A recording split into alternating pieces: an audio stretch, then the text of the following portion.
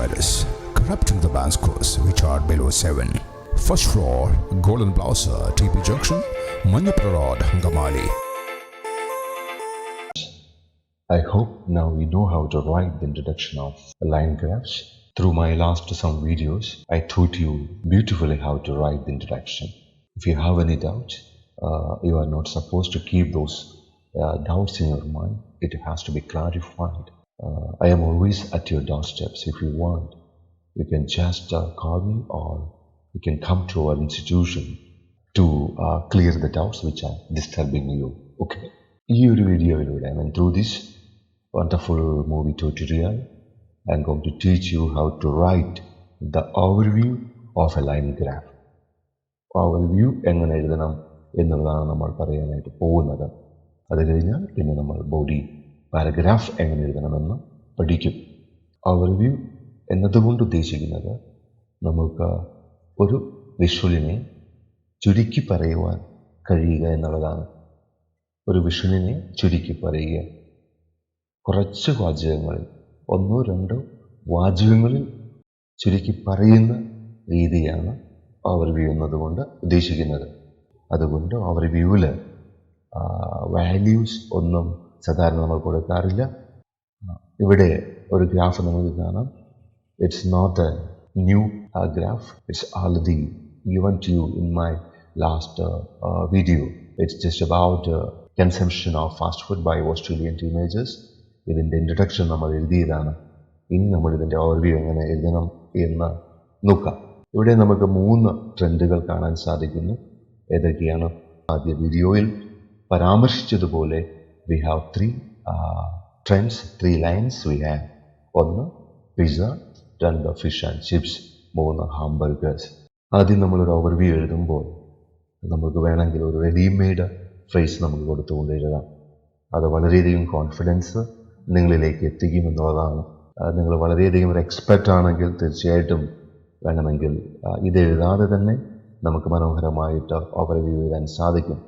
എന്നാൽ if you think that you are not good enough to write an overview, ഇങ്ങനെയുള്ള phrases കടമെടുക്കുന്നത് നല്ലതായിരിക്കും. അപ്പോൾ തീർച്ചയായിട്ടും നമുക്ക് എങ്ങനെ നോക്കി കാണണം എന്നുള്ള പ്രചോദനം ഇങ്ങനെയുള്ള ഫ്രേസസ് നമുക്ക് നൽകുന്നു. ഇൻട്രൊഡക്ഷൻ എഴുതി കഴിഞ്ഞാൽ ഉടനെ അതിനോടനുബന്ധിച്ച് അല്ലെങ്കിൽ പുതിയ പാരഗ്രാഫിൽ നമുക്ക് ഈ തരത്തിലുള്ള ഫ്രേസ് തുടങ്ങാം. Overall it can be seen from the graph that. അടുത്തത് overall it is clear from the graph that. It is clear that എന്ന് മാത്രമായിട്ട് കൊടുക്കാം. ഇനി as can be seen from the graph. From the graph it is clear that as is illustrated by the graph, it is noticeable that എന്ന് വേണമെങ്കിൽ കൊടുക്കാം. നിങ്ങളുടെ സ്റ്റാൻഡേർഡിന് അനുയോജ്യമായ ഒന്ന് തിരഞ്ഞെടുക്കുക. വളരെ ശ്രദ്ധിക്കേണ്ട കാര്യം, ഇങ്ങനെയുള്ള ഫ്രേസസ് കടമെടുക്കുമ്പോൾ നിങ്ങൾ നിങ്ങളുടെ സ്റ്റാൻഡേർഡ് മനസ്സിലാക്കിക്കൊണ്ട് വേണം ഇത് നിങ്ങൾക്ക് ചൂസ് ചെയ്യുക. കാരണം നിങ്ങളുടെ സ്റ്റാൻഡേർഡ് താഴെയാകുകയും ഈ ഫ്രേസിൻ്റെ സ്റ്റാൻഡേർഡ് കുറച്ച് ഉയർന്നു നിൽക്കുകയും ചെയ്താൽ അവർക്കത് പെട്ടെന്ന് മനസ്സിലാക്കും. It is actually മെമ്മറൈസ്ഡ് and written down എന്നുള്ളത്. അതുകൊണ്ട് തീർച്ചയായിട്ടും നിങ്ങൾ ബിഗിനിങ് ഫ്രേസസ് ചൂസ് ചെയ്യുമ്പോൾ വളരെയധികം ശ്രദ്ധിക്കുക. The main facts that emerge from the graph are that the most obvious pieces of information are that it is crystal clear from the graph that the most significant facts to note from the graph are that എന്നൊക്കെ നമുക്ക് പറഞ്ഞു തുടങ്ങുവാനായിട്ട് നമുക്ക് സാധിക്കും. കുറച്ചുകൂടി യുണീക്കായിട്ടുള്ള phrases നിങ്ങൾക്ക് വേണമെങ്കിൽ you can contact us. കാരണം അത് ഇങ്ങനെയുള്ള വീഡിയോകളിൽ തന്നു കഴിഞ്ഞാൽ അതിൻ്റെ യുണീക്നെസ് നഷ്ടപ്പെടും എന്നുള്ളത് കൊണ്ടാണ് അത് ഇവിടെ തരാത്തത്. അങ്ങനെയുള്ള കുറച്ചുകൂടി മാറ്റമുള്ള ഫ്രേസസ് നിങ്ങൾ എഴുതുമ്പോൾ തീർച്ചയായിട്ടും അത് കിട്ടുന്നത് കുറച്ചു പേർക്ക് മാത്രമായതുകൊണ്ട് അത് എപ്പോഴും വ്യത്യസ്തത അനുഭവപ്പെടും. ഇങ്ങനെയുള്ള ഫ്രേസസ് ബുക്കിലും നെറ്റിലുമൊക്കെ കാണുന്നതായതുകൊണ്ട് കുറച്ചുകൂടി ഒരു 7.5 or 8 ഒക്കെ നേടണമെങ്കിൽ ഇതും നിങ്ങൾക്ക് ഒന്നുകൂടി യുണീക്കാക്കി മാറ്റേണ്ടതുണ്ട്. അതുകൊണ്ട് നിങ്ങൾ ഞങ്ങളെ സമീപിക്കുമല്ലോ. അതിൻ്റെ അർത്ഥം ഇത് വളരെ മോശമാണെന്നല്ല. If you want to make a difference in your writing, it should be unique. അതുകൊണ്ട് പറഞ്ഞതാണ്. Okay, നമുക്കറിയാം ഈ ഗ്രാഫിൽ നോക്കിയാൽ ഫിഷ് ആൻഡ് ചിപ്സിൻ്റെ കാര്യമെടുത്താൽ അത് താഴേക്കാണ് പോന്നിരിക്കുക. 2000 എത്തിയപ്പോൾ കൺസംഷൻ കുറഞ്ഞു വന്നതായി നമുക്ക് കാണാം. മറിച്ച് പിസയും ഹാംബർഗേഴ്സിൻ്റെ ഉപയോഗം അതിൻ്റെ കൺസംഷൻ കൂടിയതായിട്ടും നമുക്ക് ഗ്രാഫിൽ കാണാം. ഫിഷ് ആൻഡ് ചിപ്സ് അതിൻ്റെ ഉപയോഗം ഗിവൺ പീരീഡിൽ താഴേക്കാണ് വന്നത്. മറ്റുള്ള രണ്ട്, അതായത് പിസ്സ ആൻഡ് ഹാംബർഗേഴ്സ്, അത് അതിൻ്റെ ഉപയോഗം കൂടുകയുമാണ് ഉണ്ടായത് എന്നുള്ളതാണ് നമ്മൾ പറയേണ്ടത്. നമുക്കറിയാം ഈ ഗ്രാഫിൽ ഇപ്പോൾ 1995 മുതൽ 2000 വരെ അല്ലേ, ഇറ്റ് റിമൈൻ സ്റ്റഡിയാണ്. ഓക്കെ, അവിടെ ദർ വാസ് നോ ചേഞ്ച് അല്ലേ, there was A period of stability that is so clear in the graph. പക്ഷേ അതൊന്നും നമ്മൾ അങ്ങനെ വ്യക്തതയോടുകൂടി പറയേണ്ട ആവശ്യമില്ല. അത് പറയാനുള്ളതാണ് ബോഡി പാരഗ്രാഫ്. ഈ ഒരു രീതി ഉയർന്നു പോയി താഴ്ന്നു വന്നു എന്ന് അതിൻ്റെ ഇടയ്ക്ക് സംഭവിച്ചുള്ള കാര്യങ്ങൾ അത് പറയേണ്ടത് ബോഡി പാരഗ്രാഫിലാണ് എന്ന് ഓർക്കുമല്ലോ. അങ്ങനെയുള്ള വാല്യൂകളൊക്കെ കൂട്ടിച്ചേർത്ത് ഓവർവ്യൂ വെച്ചാൽ നിങ്ങളുടെ സ്കോർ കുറയും. ആ വാല്യൂകൾ എഴുതുവാനുള്ളതാണ് ബോഡി പാരഗ്രാഫ്. അതും നമ്മൾ വളരെ മനോഹരമായിട്ട് പഠിക്കാവുന്നതാണ്. ഒരു കാര്യം നിങ്ങൾ മനസ്സിലോർക്കേണ്ടത്, ഇപ്പോൾ പഠിക്കാൻ പോകുന്ന മെത്തേഡ് എല്ലാ ഗ്രാഫിനും അനുയോജ്യമല്ല. പല അപ്രോച്ചസ് നമ്മൾക്കുണ്ട്. ഓവർവ്യൂ എഴുതുവാൻ പല അപ്രോച്ചസ് ഇല്ല. അതിൽ ഒന്ന് മാത്രമാണ് ഇത്. മറ്റുള്ള അപ്രോച്ചുകളെല്ലാം നമ്മൾ അറിഞ്ഞിരിക്കണം. കാരണം we cannot predict that you would get such a line graph in your real exam. So you must know all the approaches and you must know how to handle it. ഈ അപ്രോച്ച് എന്ന് പറയുന്നത് ഒന്ന് മുകളിലേക്ക് പോവുകയും ഒന്ന് താഴേക്ക് വരികയും ചെയ്യുന്ന ഒരു ലൈൻ ഗ്രാഫ് ആണെങ്കിൽ മാത്രമാണ്. അല്ലെങ്കിൽ രണ്ട് മുകളിലേക്ക് പോവുകയും രണ്ട് താഴേക്ക് വരികയും ചെയ്യും. ഇതിൽ 3 ഉള്ളത് കൊണ്ടാണ് നമ്മൾ എന്ത് പറയുന്നത്, 2 മുകളിലേക്ക് പോയി 1 താഴേക്കാണ് വന്നത്. ഇനി 4 ലൈനുള്ള ഗ്രാഫാണെങ്കിൽ അതെങ്ങനെ വന്നെന്ന് നോക്കുക. 2 താഴേക്ക് വന്നതെങ്കിൽ 2 താഴേക്ക് വന്നു എന്ന് കൂട്ടിയെഴുതുക.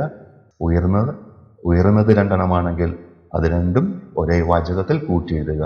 ഇപ്പോൾ നമുക്ക് പിസ്സ കൺസംഷൻ്റെ തുടക്കം കാണാം. അത് ഇതാ മുകളിലേക്ക് പോവുകയാണ്. തീർച്ചയായിട്ടും നമുക്ക് മനസ്സിലായി അതിന് ആ കൺസംഷൻ കൂടുകയാണ് ചെയ്തതെന്ന്. ഇനി അടുത്ത ലൈൻ നോക്കാം. ഇനി അടുത്ത ലൈൻ നമുക്ക് ഇതൊരു അപ്വാർഡ് ട്രെൻഡാണെന്ന് മനസ്സിലായി. ഇനി നമുക്ക് ഹാംബർഗേഴ്സിലേക്ക് വരാം. അതിൻ്റെ സ്റ്റാർട്ടിംഗ് പോയിന്റ് 1975 എവിടെയായിരുന്നു എന്ന് നമുക്ക് കാണാം. It is given with a green dot. It goes up, then green goes up, then leveling off. അപ്പോൾ ഇതവിടെ കാണാം. എന്നാലും അതും ഒരു അപ്വാർഡ് ട്രെൻഡായിട്ടാണ് നമ്മൾ കാണേണ്ടത്. അതാണ് ഓവർവ്യൂ. ചെറിയ മാറ്റങ്ങൾ അതിൽ വന്നിട്ടുണ്ട്. അതൊന്നും നമ്മൾ കൺസിഡർ ചെയ്യേണ്ടതല്ല. നെക്സ്റ്റ് നമുക്ക് ഫിഷ് ആൻഡ് ചിപ്സ് ആണ്. നമ്മൾ ഫിഷ് ആൻഡ് ചിപ്സിൻ്റെ starting point you can see, അത് താഴേക്കാണ് വരിക. ചെറിയൊരു റൈസ് വീണ്ടും നമുക്ക് കാണാം. അത് ഓവർവ്യൂവിൽ പരിഗണിക്കേണ്ടതില്ല. ഇതിൽ നിന്ന് മനസ്സിലാക്കുന്നത് 2 ലൈൻസ് അത് മുകളിലേക്കാണ് പോയത്. അതിന് വളർച്ചയാണ് ഉണ്ടായത്. ഇനി എങ്ങനെ എഴുതണമെന്ന് നോക്കാം. അതെന്താണെന്ന് നിങ്ങൾക്കറിയാം. എന്താ? കൺസംഷൻ ഓഫ് പിസ്സ, അതായത് കൺസംഷൻ ഓഫ് ഹാംബർഗേഴ്സ്, അടുത്തത് consumption of fish and chips. അപ്പോൾ നമ്മൾ എഴുതുവാൻ തുടങ്ങിയാണ്. ഇപ്പോൾ നമുക്ക് കൺസംഷൻ ഓഫ് പിസ്സ എന്ന് കാണാം. അതാണ് ഒരു അപ്വാർഡ് ട്രെൻഡ്. അതിൻ്റെ കൂടെ നമ്മൾ അടുത്ത അപ്വാർഡ് ട്രെൻഡ് കൂടി കൂട്ടിച്ചേർക്കാൻ പോകുന്നു. അതേതാണ്? അത് ഹാംബർഗേഴ്സ് ആണ്. അപ്പോൾ പ്ലസ് കഴിഞ്ഞിട്ട് ഹാംബർഗേഴ്സ് എഴുതി കൺസംഷൻ ഓഫ് ഹാംബർഗേഴ്സ്. കാരണം അത് രണ്ടും അപ്വാർഡ് ട്രെൻഡ്സ് ആണ് കാണിക്കുന്നത്. അതുകൊണ്ട് അത് കൂട്ടി എഴുതുന്നു. Consumption of pizza plus consumption of hamburgers. Right. ഇനി നമുക്ക് വേണ്ടത് എന്താണ്? അതിൻ്റെ ഒരു കണക്ടറാണ് വേണ്ടത്. വേറസ് എന്ന കണക്ടറാണ് ഉപയോഗിക്കുക. അതിനർത്ഥം വേറസ് മാത്രമേ ഉള്ളൂ എന്നല്ല, വീണ്ടും വാക്കുകൾ നമ്മൾക്കുണ്ട്. അതെല്ലാം ഈ അവസരത്തിൽ ഞാൻ തന്നാൽ അതിൻ്റെ യൂണിക്നെസ് നഷ്ടപ്പെടും എന്നുള്ളത് കൊണ്ട് തന്നെയാണ് ഒരെണ്ണം മാത്രം നൽകുക. അതിൻ്റെ അർത്ഥം മലയാളത്തിൽ എന്നാൽ എന്ന ഒരു അർത്ഥമാണ് അതിന് കിട്ടുന്നത്. അപ്പോൾ ആദ്യ 2 കാര്യങ്ങളും ഉയർന്നുപോയി, വളർച്ചയുണ്ടായി. എന്നാൽ അടുത്ത കാര്യത്തിന് താഴ്ചയുണ്ടായിരിക്കുന്നു എന്നാണ് നമ്മൾ ഓവർവ്യൂ കൊണ്ട് ഉദ്ദേശിക്കുക. അത് മാത്രം നമ്മൾ എഴുതിയാൽ മതിയാകും. അപ്പോൾ നമ്മൾ ആ വേറസ് അതിൻ്റെ ഇടയിലേക്ക് വെച്ചു. ഇനി നമുക്ക് എഴുതുവാനുള്ളത് വേറസിൻ്റെ അപ്പുറത്ത് അതെന്താണ് consumption of fish and chips. ഏകദേശം ഒരു സ്ട്രക്ചറായി നമ്മൾ കൊടുക്കേണ്ടത് എന്താണെന്ന് it is so clear on the graph now. ഇതൊരു വാചകമല്ല, ദാറ്റ് യു നോ, ഇതൊരു ജസ്റ്റ് ഒരു സ്ട്രക്ചർ മാത്രമാണ്. ഇനി നമ്മളിതിനെ വാചകമാക്കി മാറ്റാൻ പോകുന്നു. വേറസ് എന്ന് പറയുന്ന ഇടയിൽ ഒരു കണക്റ്റീവ് നിന്നുകൊണ്ട് ആദ്യം പറയുന്ന കാര്യങ്ങൾ അത് ഒന്നിച്ച് അത് നടന്നപ്പോൾ വേറസിൻ്റെ അപ്പുറത്ത് വരുന്ന കാര്യങ്ങൾ അതിന് ഓപ്പോസിറ്റായിട്ട് വന്ന കാര്യം നമ്മൾ പറയുന്നു. ഇതാണ് ഓവർവ്യൂ എഴുതുവാനുള്ള ഉള്ളടക്കം. ഓക്കെ, അപ്പോൾ നമ്മൾ കണ്ടത് കൺസംഷൻ ഓഫ് എന്നത് നമ്മൾ കളഞ്ഞിരിക്കുന്നു, അതിന് പകരം ആൻഡ് ചേർന്നിരിക്കുന്നു. നമ്മൾ ഇങ്ങനെയൊന്നും പറയാറില്ല. Consumption of pizza and consumption of hamburgers എന്ന് പറയാറില്ല, മറിച്ച് consumption of pizza and hamburgers എന്ന മനോഹരമായ രീതിയിലേക്ക് നമ്മൾ മാറ്റും. ഇനി നമുക്ക് നോക്കാം. അതുപോലെ തന്നെ വീണ്ടും നമ്മൾ consumption of fish and chips പറയുമ്പോൾ അതൊരു ആവർത്തനമായി മാറുകയും നമ്മളുടെ സ്റ്റാൻഡേർഡ് എക്സാമിനർക്ക് മനസ്സിലാകുകയും ചെയ്യുന്നു. ഈ സബ്ജക്റ്റിനെ ഇതുപോലെ പല രീതിയിൽ പറയുവാനുള്ള കഴിവാണ് നമ്മളുടെ ലൈൻ ക്രാഫ്റ്റിനെ യൂണീക്കാക്കി മാറ്റുന്നത്. വീണ്ടും ഇവിടെ ഒരു പുതിയ രീതി കാണാം. The amount of fish and chips that were had by Australian youngsters. ഇല്ലേ, ഏത് വേണമെങ്കിലും എടുത്തു വയ്ക്കാം. വീണ്ടും നമുക്ക് the amount of fish and chips that were eaten by Australian youngsters. The amount of അത് പറയാം, അല്ലെങ്കിൽ the amount of fish and chips that were consumed by Australian youngsters. Consumption of pizza എന്ന് നമ്മൾ ആദ്യം പറഞ്ഞതുകൊണ്ട് പിന്നെ ഏറ്റവും മുകളിൽ കാണുന്ന the amount of fish and chips that were consumed by Australian youngsters എന്ന് പറയാതിരിക്കുന്നതായിരിക്കും നല്ലത്. കാരണം കൺസ്യൂംഡ് എന്ന വാക്കുള്ളത് കൊണ്ട്. അപ്പോൾ അതുകൊണ്ട് നമുക്ക് താഴെയുള്ള ഏതെങ്കിലും ഒന്നെടുക്കാം. ഇവിടെ നമ്മൾ കാണുന്നത്, നമ്മൾ ചൂസ് ചെയ്തിരിക്കുന്നത് the amount of fish and chips that were eaten എന്നാണ്. അപ്പോൾ രണ്ടും വ്യത്യസ്തമായ രീതിയിൽ, വൈറസിന് മുന്നുള്ളത് ഒരു രീതി, വൈറസ് കഴിഞ്ഞു വരുന്നത് ഒരു രീതി. ഇനി എന്താണ് ചെയ്യേണ്ടതെന്ന് നോക്കാം. ഇപ്പോൾ നമ്മൾക്ക് ഡൗൺവാർഡ് ട്രെൻഡിൻ്റെയും അപ്വാർഡ് ട്രെൻഡിൻ്റെയും സബ്ജക്റ്റ് കിട്ടിയിരിക്കുന്നു. ഇനി എന്ത് സംഭവിച്ചു എന്നാണ് എഴുതാൻ പോകുന്നത്. ആ സബ്ജക്റ്റിലേക്ക് നമ്മൾ എന്താണ് കൊടുക്കേണ്ടത്, ഇൻടേക്ക് ഓഫ് പിസ്സ ആൻഡ് ഹാംബർഗേഴ്സിലേക്ക് എന്ത് ചേർക്കണം എന്ന് നമ്മൾ നോക്കാൻ പോകുന്നു. അതുപോലെ തന്നെ the amount of fish and chips that were eaten എന്നതിലേക്കും എന്ത് കൊടുക്കുവാനായിട്ട് പോകുന്നു എന്ന് നോക്കാം. ഓക്കെ, ഇനി അത് ഉയർന്നു എന്നാണ് പറയേണ്ടത്, ഒന്ന് താഴ്ന്നു എന്നാണ് പറയേണ്ടത്. അപ്പം താഴുന്നതിന് നമ്മൾക്ക് വാക്കുകൾ വേണം, ഉയർന്നു എന്ന് പറയുന്നതിന് നമുക്ക് വാക്കുകൾ വേണം. നമുക്ക് നോക്കാം. അതൊരു വെർബാണ്. ആദ്യത്തേതിൽ ഉയർന്നു എന്ന് സൂചിപ്പിക്കുന്നതിന് വേണ്ടിയുള്ള ഒരു വെർബ് നോക്കാം. ഓക്കെ, ഉയർന്നു എന്ന് സൂചിപ്പിക്കുന്നതിന് ഉപയോഗിക്കുന്ന വെർബുകൾ ഇൻക്രീസ്, റൈസ്, സർജ് ഇങ്ങനെയുള്ള പദങ്ങൾ ഉപയോഗിക്കാം. ഇതിനർത്ഥം ഉയർന്നു എന്ന് പറയാൻ 3 വാക്കുകൾ മാത്രം ഉള്ളൂ എന്നല്ല, മറിച്ച് ഇതൊരു ഓവർവ്യൂ ആയതുകൊണ്ട് നമുക്ക് അധികം വാക്കുകളുടെ ആവശ്യമില്ല. കൂടുതൽ വാക്കുകൾ നമ്മൾ ബോഡി പാരഗ്രാഫിനെ കുറിച്ച് പഠിപ്പിക്കുന്ന വീഡിയോകളിൽ കാണാവുന്നതാണ്. ഇനി നമുക്ക് താഴ്ന്നു എന്ന് പറയുവാൻ ഉപയോഗിക്കുന്ന കുറച്ച് വാക്കുകൾ നോക്കാം. ഡിക്ലൈൻ എന്ന് പറയാം, ഡിക്രീസ് എന്ന് പറയാം, ഡ്രോപ്പ് എന്ന് പറയാം. അപ്പോൾ നമ്മൾ കാണുന്നത് ബേസ്ഡ് ഫോം ഓഫ് ദ വെർബാണ്. ഇവിടെ കൊടുത്തിരിക്കുന്ന ടൈം ഫ്രെയിം 1975 2000 പാസ്റ്റ് ആണ് അല്ലേ. അപ്പം അതുകൊണ്ട് ഈ വെർബുകൾ പാസ്റ്റ് രൂപത്തിലേക്ക് മാറ്റണം. ഇൻക്രീസ് എന്താണ്, അത് ഇൻക്രീസ്ഡ് ആണ്. റൈസ് എന്താണ്, റൈസ്ഡ് ആണോ, അതൊരു ഇറഗുലർ വെർബായതുകൊണ്ട് റൈസ്ഡ് എന്ന് നമുക്ക് പറയുവാൻ സാധിക്കില്ല, മറിച്ച് റോസ് എന്നാണ് പറയുക. ഓക്കെ, അപ്പോൾ എന്ത് പഠിക്കണം, ഇറഗുലർ വെർബുകൾ പാസ്റ്റ് ആക്കുമ്പോൾ പുതിയ രൂപം സ്വീകരിക്കുന്ന വെർബുകൾ ഏതാണ് നമ്മൾ പഠിക്കുവാനുണ്ട്. അത് പഠിപ്പിക്കുവാനുള്ള വീഡിയോ വേറെയാണ്, ഇതല്ല എന്ന് മനസ്സിലാക്കുക. ഓക്കെ, അടുത്തത് സെർച്ച്. അതിൻ്റെ പാസ്റ്റ് കിട്ടണമെങ്കിൽ ജസ്റ്റ് ഒരു ഡി ആഡ് ചെയ്താൽ മതിയെന്ന് നിങ്ങൾക്ക് സ്ക്രീനിൽ കാണാവുന്നതാണ്. അടുത്തത് ഡിക്ലൈൻഡ്. അവിടെയും നമ്മൾ പാസ്റ്റ് ആക്കാൻ ഈയുടെ കൂടെ ഡി ചേർത്തു. ഡിക്രീസ്ഡ് അതുപോലെ തന്നെയാണ് ചെയ്തത്. ഡ്രോപ്പ്, ഡ്രോപ്ഡ് എന്ന് പറയുമെങ്കിലും എൻ്റെ സ്പെല്ലിംഗ് തെറ്റാണ്, മറിച്ച് ഡ്രോപ്ഡ് എന്നാണ് പറയേണ്ടത്. So we got an idea. ഇനി ആ വാക്കുകൾ സബ്ജക്റ്റിനോട് ചേർക്കുകയാണ്. സബ്ജക്റ്റ് പ്ലസ് വെർബ്, അതായത് ഇൻടേക്ക് ഓഫ് പിസ്സ ആൻഡ് ഹാംബർഗേഴ്സ്. ഇനി ഇൻക്രീസ്ഡ്, റോസ്, സർജ്ഡ്. ഇത് ഏതെങ്കിലും ഒരു വാക്ക് ഉപയോഗിക്കുക വെർബിൻ്റെ പുറത്ത്. അതുപോലെ തന്നെ അടുത്ത സബ്ജക്റ്റായ വേറസ് കഴിഞ്ഞു വരുന്ന സബ്ജക്റ്റായ the amount of fish and chips that were eaten കഴിഞ്ഞിട്ടും ആ വെർബ് ആ സബ്ജക്റ്റ് കഴിഞ്ഞിട്ട് വെർബിന്റെ സ്ഥാനത്ത് താഴ്ന്നു എന്ന് സൂചിപ്പിക്കുന്ന വെർബ് നമ്മൾ വയ്ക്കാൻ പോവുകയാണ്. ശ്രദ്ധിക്കുക. Increased intake of pizza and hamburgers increased. The amount of fish and chips that were eaten declined. ശ്രദ്ധിക്കുക. സബ്ജക്റ്റ് ഈ സബ്ജക്റ്റാണ്, ഈ സബ്ജക്റ്റ് ഈ സബ്ജക്റ്റാണ്, ഈ സബ്ജക്റ്റ്, അതായത് ഇതിനോടുകൂടി ഇത് കൂട്ടി വായിക്കുക, ഇതിനോടുകൂടി ഇത് കൂട്ടി വായിക്കുക. ഓക്കെ, വായിച്ച് intake of pizza and hamburgers increased, whereas the amount of fish and chips that were eaten declined. ഇത് നമ്മൾ ഏകദേശം നമ്മൾ എന്തിലേക്ക് വരികയാണ്. ഇനി നമ്മൾക്ക് ഇംഗ്ലീഷിൽ കഴിഞ്ഞ് എന്ത് വയ്ക്കണമെന്ന് നോക്കാം. നമുക്ക് അവിടെ ഒരു ടൈം ഫ്രെയിമിനെ സൂചിപ്പിക്കുന്ന വാക്കുകളാണ് ഉപയോഗിച്ചിരിക്കുക. ഓവർ ദ പീരിയഡ് എന്ന് പറയാം, അല്ലെങ്കിൽ over the period between 1975 and 2000 എന്ന് പറയാം, അല്ലെങ്കിൽ over the period from 1975 to 2000 എന്ന് പറയാം. ഓവർ ദ 25-year പീരിയഡ് എന്ന് വേണമെങ്കിലും നമുക്ക് പറയാവുന്നതാണ്. ഓക്കെ, ഏതായാലും ക്വസ്റ്റ്യനിൽ ഉള്ള രീതി വയ്ക്കാതിരിക്കുവാൻ ശ്രമിക്കുക, മറിച്ച് നിങ്ങളുടേതായ ഒരു രീതി അവലംബിക്കുക. ടൈം ഫ്രെയിമിനെ എങ്ങനെ പറയണമെന്ന് നമ്മൾ ഇൻട്രൊഡക്ഷൻ എങ്ങനെ എഴുതണമെന്ന് പഠിപ്പിക്കുന്ന വീഡിയോയിൽ പറഞ്ഞിരുന്നു. ഏകദേശം നമ്മൾ ഓവർവ്യൂവിലേക്ക് എത്തിക്കഴിഞ്ഞു.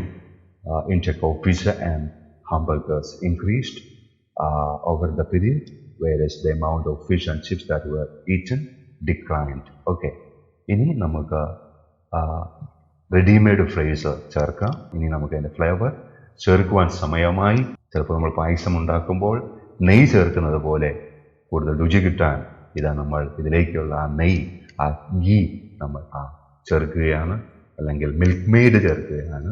കൂടുതൽ രസകരമായി വായിക്കുവാൻ പറ്റുന്ന രീതിയിലേക്ക് ഇത് ആകുവാൻ പോകുന്നു. നമ്മൾ പറഞ്ഞു ആദ്യം തന്നെ എങ്ങനെ ബിഗിൻ ചെയ്യണമെന്ന്. Overall, it can be seen from the graph that, overall, it is clear from the graph that. It is clear that, overall, as can be seen from the graph. From the graph, it is clear that, as is illustrated by the graph, it is noticeable that. ഇതിൽ ഏതെങ്കിലും ഒന്ന് ചേർത്ത് വയ്ക്കുക, പിന്നെ subject പറയുക, പിന്നെ verb പറയുക, പിന്നെ ടൈം കാണിക്കുന്ന ഫ്രേസ് പറയുക, വേറെ ചേർക്കുക, പിന്നെ അടുത്ത സബ്ജക്റ്റ്, പിന്നെ അടുത്ത വെർബ്. ആ രീതിയിൽ പറഞ്ഞാൽ ഈ ഓവർവ്യൂ പൂർത്തിയാകുകയാണ്. ഇവിടെ നമ്മൾ കൊടുക്കാൻ പോകുന്നത് ശ്രദ്ധിക്കുക. Overall it is clear from the graph that. നമ്മൾ അതിൽ നിന്ന് ഒന്ന് സെലക്ട് ചെയ്ത് വെച്ചിരിക്കുന്നു. തുടക്കമായി overall it is clear from the graph that. ഇവിടെ subject intake of pizza and hamburgers എന്നാണ് കൊടുത്തിരിക്കുന്നത്. നിങ്ങൾക്ക് consumption of pizza and hamburgers എന്ന് കൊടുക്കാം. പിന്നെ നമ്മുടെ ക്വസ്റ്റ്യനിൽ കൺസംഷൻ ഉള്ള കാരണം ഇവിടെ വീണ്ടും അത് മാറ്റിയിരിക്കുന്നത് intake of pizza and hamburgers. അവിടെയും നമ്മൾ വ്യത്യസ്തരായി മാറി. വായിക്കുക. Overall, it is clear from the graph that intake of pizza and hamburgers increased over the period, whereas the amount of fish and chips that were eaten declined. Okay, ഏകദേശം നമ്മുടെ overview പൂർത്തീകരിച്ചിരിക്കുന്നു. ആദ്യം എന്ത് പറയണം എന്നുള്ളത് ഇപ്പോൾ നമുക്ക് കാണാം. ഒന്ന്, രണ്ടാമത് പറയേണ്ടത് intake of pizza and hamburgers. അതിൻ്റെ കൂടെ നമ്മൾ ഇംഗ്ലീഷ് ചേർത്ത് വയ്ക്കുന്നു. മൂന്നാമതായി വീണ്ടും അതിലേക്ക് 4 over the period എന്ന് നമ്മുടെ കണക്ടറിലേക്ക് പോകുന്നു. 5. അത് കഴിഞ്ഞ് താഴ്ന്ന് വന്ന് ആ ട്രെൻഡിൻ്റെ ഡൗൺവേർഡ് ട്രെൻഡിൻ്റെ subject the amount of fish and chips that were eaten. Then അതിൻ്റെ വെർബ് ഡിക്ലൈൻഡ്, താഴ്ന്നു എന്ന് കാണിക്കുന്ന വെർബ് ഡിക്ലൈൻഡ്. മനോഹരമായി നമ്മൾ ഓവർവ്യൂ എഴുതി കഴിഞ്ഞിരിക്കുന്നു. You can see it on the screen now, my dear friends. Overall, it is clear from the graph that intake of pizza and hamburgers increased over the period, whereas the amount of fish and chips that were eaten declined. വളരെ മനോഹരമായി നമ്മൾ എഴുതി. ഇപ്പോൾ നമ്മൾ ഒരു approach മനസ്സിലാക്കി. ഇനി അടുത്ത അപ്രോച്ചിലേക്ക് സ്വാഗതം. ഈ ഒരു അപ്രോച്ച് കൊണ്ട് മാത്രം നമ്മൾ പൂർണ്ണരല്ല. ഈ അപ്രോച്ച് എന്തിനു വേണ്ടിയതാണ്? തുടക്കത്തിൽ ഒന്ന് താഴെ നിൽക്കുകയും അവസാനം ഉയർന്നു പോവുകയും, എന്നാൽ അതിൽ തന്നെയുള്ളത് ഒന്ന് ഉയർന്നു നിൽക്കുകയും അവസാനം അത് താഴുകയും ചെയ്താൽ രണ്ടും തമ്മിൽ നമ്മൾ പറയുന്നു ഒന്ന് ഉയരുകയും മറ്റത് താഴുകയും ചെയ്തു എന്ന് പറയുന്ന രീതിക്ക് മാത്രമാണ് ഈ അപ്രോച്ച് അവലംബിക്കേണ്ടത്. മറ്റുള്ള അപ്രോച്ചുകൾ എന്താണെന്ന് കൂടി ഇതേപോലെ തന്നെ പഠിച്ചു വെച്ചാൽ തീർച്ചയായിട്ടും നിങ്ങൾക്ക് ഏതൊരു വിഷയം കിട്ടിയാലും ആ അപ്രോച്ചസ് അറിയാമെങ്കിൽ അതിലൊരു അപ്രോച്ച് നിങ്ങൾക്ക് എടുക്കുവാൻ സാധിക്കും. I hope I made you clear, how to write an overview of a line graph. ഇതുപോലെ തന്നെ bar chart, pie chart, process, ഇതൊക്കെ എഴുതണം. അതിനൊക്കെ നമ്മൾക്ക് അപ്രോച്ചസ് ഉണ്ട്. വേറെയൊരു ലൈൻ ഗ്രാഫ് കാണാം. സ്ത്രീകൾ എത്ര വലിച്ചു, പുരുഷന്മാർ എത്ര വലിച്ചു എന്നുള്ളതാണ് നമ്മൾ കാണുന്നത്, അല്ലേ? മില്യൺസിലാണ് കൊടുത്തിരിക്കുക. അത് നമ്മൾ നോട്ട് ചെയ്യാനുണ്ട്. തീർച്ചയായിട്ടും ഇതും നമുക്ക് ഇപ്പോൾ പഠിച്ച അപ്രോച്ച് വെച്ച് ചെയ്യുവാൻ സാധിക്കും. ഇവിടെ നമ്മൾ കാണാം, സ്ത്രീകളുടെ കാര്യത്തിൽ തുടങ്ങിയത് താഴെയാണ്, വീണ്ടും ഉയർന്നു തന്നെയാണ് നിൽക്കുന്നത്. ഓവർവ്യൂ പറയുമ്പോൾ ഇവിടെ കുറച്ച് ഉയർന്നു കാണുമെങ്കിലും പക്ഷെ ഓവറോൾ നമ്മൾ നോക്കുമ്പോൾ തീർച്ചയായിട്ടും എന്താണ്, മൊത്തത്തിൽ നോക്കുമ്പോൾ തീർച്ചയായിട്ടും എന്താണ്, ഉയർച്ചയാണ്. കാരണം എൻഡിങ് പോയിന്റ് നിൽക്കുന്നത് ഇവിടെയാണ്, സ്റ്റാർട്ടിംഗ് പോയിന്റ് നിൽക്കുന്നത് ഇവിടെയാണ്. അതുകൊണ്ട് ഇതിന് വളർച്ച തന്നെയാണ് ഉണ്ടായിരിക്കുന്നത്. പക്ഷെ എന്നാൽ നമ്മൾ പുരുഷന്മാരുടെ കാര്യത്തിൽ തീർച്ചയായിട്ടും തിരിഞ്ഞാണ് സംഭവിച്ചിരിക്കുക. വളരെ സ്മോക്കിംഗ് കൂടുതലായിരുന്നു അവരിൽ 1960-ൽ. എന്നാൽ കാലങ്ങൾ കഴിഞ്ഞപ്പോൾ അത് കുറഞ്ഞു അത് താഴെ വന്നിരിക്കുന്നു. ഇത് താഴേക്ക് വന്നപ്പോൾ സ്ത്രീകളുടെ എണ്ണം കൂടി വന്നു എന്നാണ് പറയേണ്ടത്. അത് വൈറസ് വെച്ചുകൊണ്ട് നിങ്ങൾക്ക് ബന്ധിപ്പിക്കാവുന്നതാണ്. ഇതിന്റെ സബ്ജക്റ്റ് പലതായിട്ട് എഴുതുവാൻ ശ്രമിക്കുക. എല്ലാം ഇതേപോലെ തന്നു കഴിഞ്ഞാൽ നിങ്ങൾക്ക് പഠിക്കാൻ സാധിക്കില്ല. വേണമെങ്കിൽ ഇവിടെ ഒരു കാര്യം കൂടി നമുക്ക് ആഡ് ചെയ്യാവുന്നതാണ്. അതായത് പുരുഷന്മാരുടെ എണ്ണം കുറഞ്ഞു, എന്നാൽ സ്ത്രീകളുടെ എണ്ണം കൂടി എന്ന റാസ് ഡിക്ലൈൻഡ്, അല്ലെ, ഡിക്രീസ്ഡ്, ഇൻക്രീസ്ഡ് എന്ന് പറഞ്ഞതിന് ശേഷം പുരുഷന്മാരുടെ എണ്ണം തന്നെയാണ് സ്ത്രീകളെ അപേക്ഷിച്ച് കൂടുതലെന്ന് നമുക്ക് വേണമെങ്കിൽ ചേർത്ത് പറയുവാനായിട്ട് സാധിക്കും. അത് നമുക്ക് ക്ലിയർ ആണ്. കാര്യം സ്ത്രീകളുടെ എണ്ണം കൂടിയെന്ന് നമുക്കറിയാം, പുരുഷന്മാരുടെ എണ്ണം കുറഞ്ഞു എന്നറിയാം. പക്ഷെ എന്നാലും സ്ത്രീകളുടെ എണ്ണത്തേക്കാൾ കൂടുതൽ ആയിരുന്നു പുരുഷന്മാരുടെ എണ്ണം എന്നുകൂടി ചേർത്ത് പറയുന്നത് നല്ലതായിരിക്കും. ആദ്യം നിങ്ങൾ വൈറസ് വെച്ചിട്ട് ഒരു പൂർണ്ണമായ ഓവർവ്യൂ ഉണ്ടാക്കുക. അത് കഴിഞ്ഞതിന് ശേഷം കമ്പാരിസൺ നമുക്ക് എഴുതാം. നമ്മളിപ്പോൾ ഈ ഗ്രാഫിൽ നമ്മൾ വൈറസ് ആണ് വെച്ചതെങ്കിൽ ചില ഗ്രാഫുകളിൽ നമ്മൾ കമ്പാരിസൺ ആണ് നമ്മൾ കൊടുക്കേണ്ടത്. ചിലപ്പോൾ കമ്പാരിറ്റീവ് ഡിഗ്രിയിൽ നമ്മൾ സെന്റൻസ് എഴുതേണ്ടി വരും.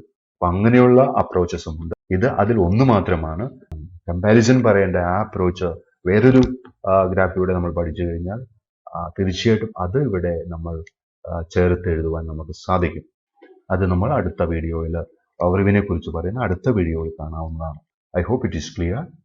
Now you can see a visual on the screen. ഇതിന്റെ അപ്രോച്ചസ് വ്യത്യാസമുണ്ട്. കാരണം ഇതിലിപ്പോൾ 3 ലൈൻസ് നമ്മൾക്കുണ്ട്. ഒന്ന് പുരുഷന്മാരുടെ men, women and both sexes. Both sexes എന്ന് പറയുന്നത് രണ്ടും കൂടിയുള്ളതാണ്. അതുകൊണ്ട് അത് വളരെ പ്രാധാന്യമില്ല.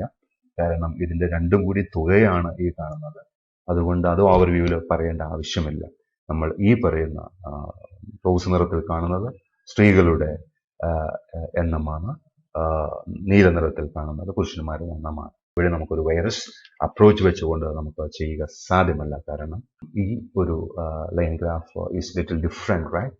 ഇത് വേറെ രീതിയിലാണ് ചെയ്യേണ്ടത്. അതാണ് ഞാൻ പറഞ്ഞത്, എല്ലാ വിഷ്വൽസിനും വൈറസ് വെച്ച് ചെയ്യാൻ പറ്റില്ല. ഇവിടെ നമ്മൾ ആദ്യം നമുക്ക് കമ്പാരിസൺ കൊടുത്ത് സാധിക്കും. 1999, 2000 ചേർന്ന് നിൽക്കുന്ന ആ പോയിന്റ് വരെ എന്താണ് നമ്മൾ സ്ക്രീനിൽ കാണുന്നത്? സ്ത്രീകളായിരുന്നു എണ്ണത്തിൽ കൂടുതൽ സെൽഫോൺ ഉപയോഗിച്ചത്, സ്ത്രീകളായിരുന്നു.